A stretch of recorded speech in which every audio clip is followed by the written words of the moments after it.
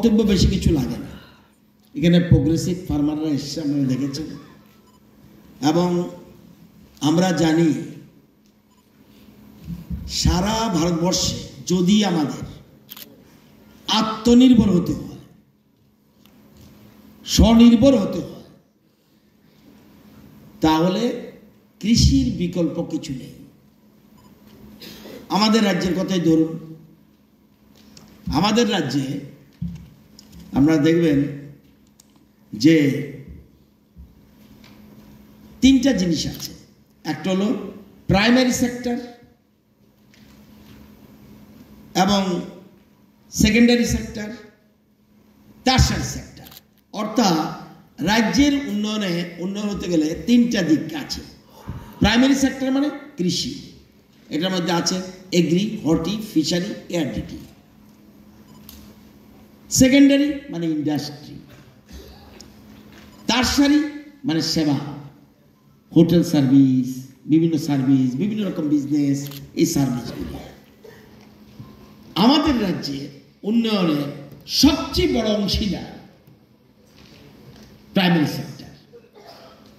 আমাদের সরকার আসার আগে 17-18-তে প্রাইমারি সেক্টরে ছিল অবদান ছিল 30%, 18-19-এ 31% আমরা ক্ষমতা এসেছি, 19-20 33%, 20-21 35%, 21-22 38%, আজকে 47%। অর্থাৎ দ্রুত এগুচ্ছে। ওই যে ইকোনমিস্ট আসলে, উনি কিন্তু ইকোনমিস্ট, মাস্টার ডিগ্রি। আরো কয়েকজন শিক্ষিত আছে, যে লিটন দেববর্মা, আরো কারা কারা আছে মাস্টার ডিগ্রি হোল্ডার, তারা কিন্তু কৃষির সাথে যুক্ত হয়েছে। তো এই যে প্রাইমারি সেক্টর, আমরা অনেকটা এগিয়ে গেছি আমাদের রাজ্যে। এবং আমাদের রাজ্যের আগের মুখ্যমন্ত্রী, বর্তমান মুখ্যমন্ত্রী আমি বিপ্লব দেবজি এবং ডক্টর মানিক সাহেব দুইজনে ভীষণ পজিটিভ।